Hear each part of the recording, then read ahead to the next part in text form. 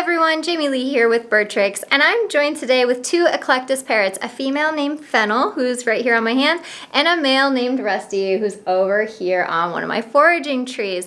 Now today's video is about the difference of male versus female Eclectus parrots.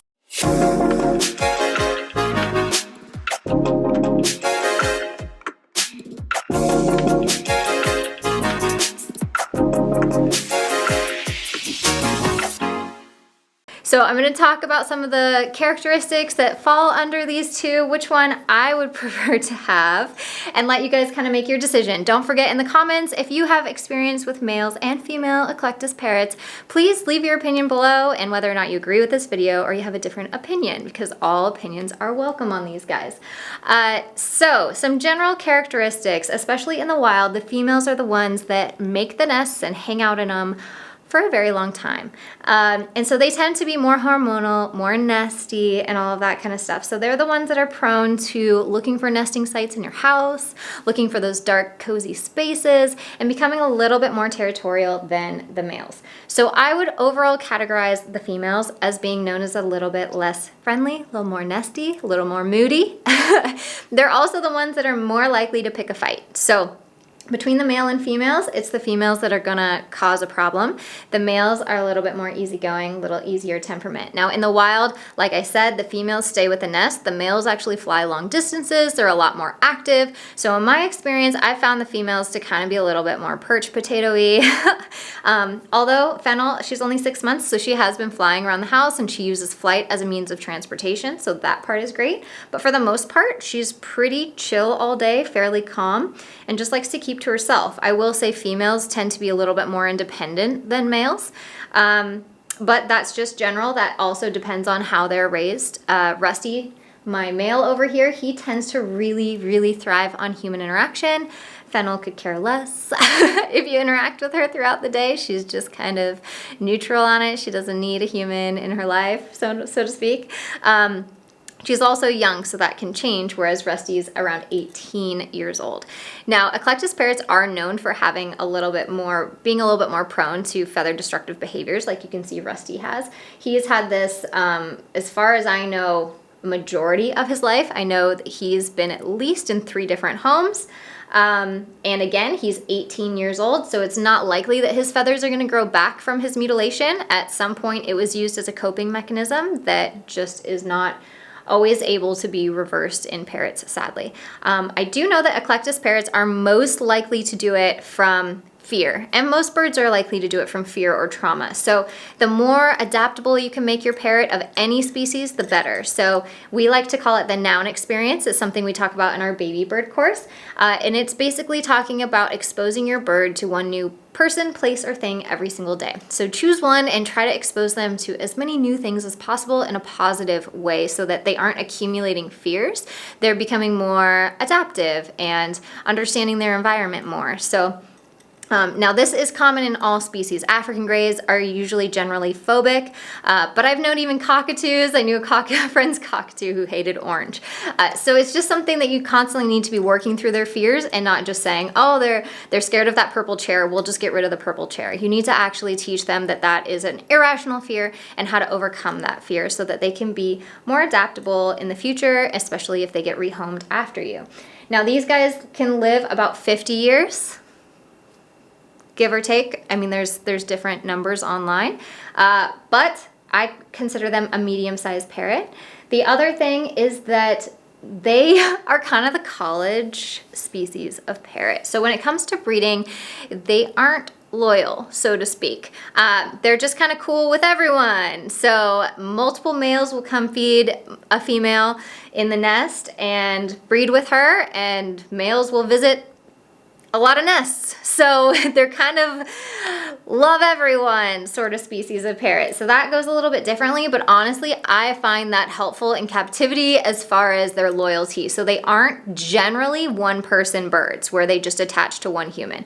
They're generally okay with everybody, which is really cool when it comes to parrots, because one of the most common problems I hear about on my personal one-on-one consultations is one-person birds becoming incredibly aggressive with anybody else in the household except for one person. And I don't think I've ever heard it with eclectus parrots. So that's something that's kind of cool, and I think comes from their natural instinct to love everyone, so to speak. All right, girl, do you want to go up here? Go hang out? There we go. Rusty, you're super distracted by her. You distracted by that pretty lady? Oh, you want to come over here now?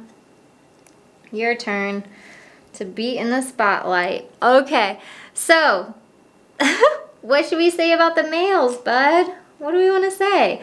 I will say generally the males are a little bit more enthusiastic about training. They're a lot more receptive. They tend to eat a little bit faster.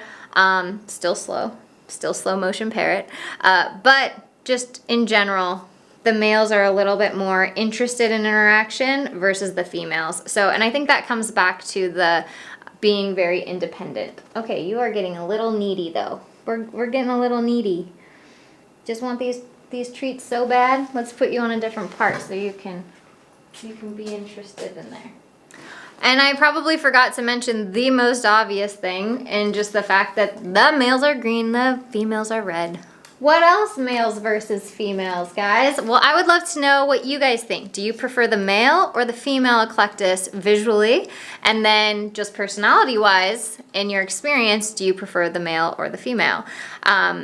I find that I've only ever seen free-flighted male eclectus birds, and I think that that is because, again, the males do a majority, well, not a majority, all the flying long distances. They can go around like 5 miles. They're always foraging. They're always bringing food to the females.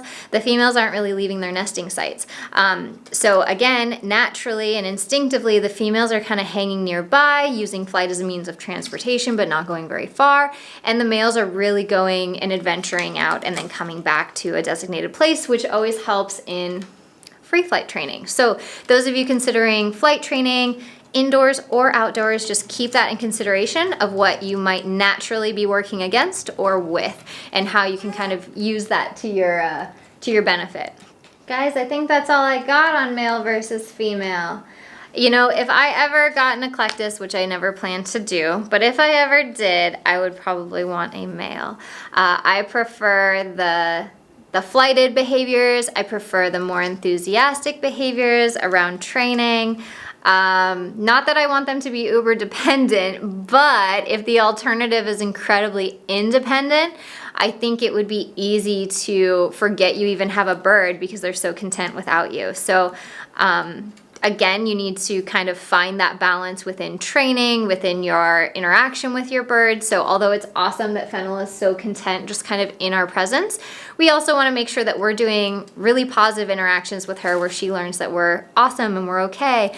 So a lot of the times my daughter is doing homework or coloring or whatever she's doing, I try to incorporate Fennel into that, even if she's just on a pillow next to her or on her hand. As you could see earlier, Fennel's completely content on my hand. She's just not super interested in doing anything beyond that interaction. She's just kind of content hanging out at this point. But again, that can change. She's only 6 months old, whereas Rusty is 18 years old. So you're seeing a huge difference in personality.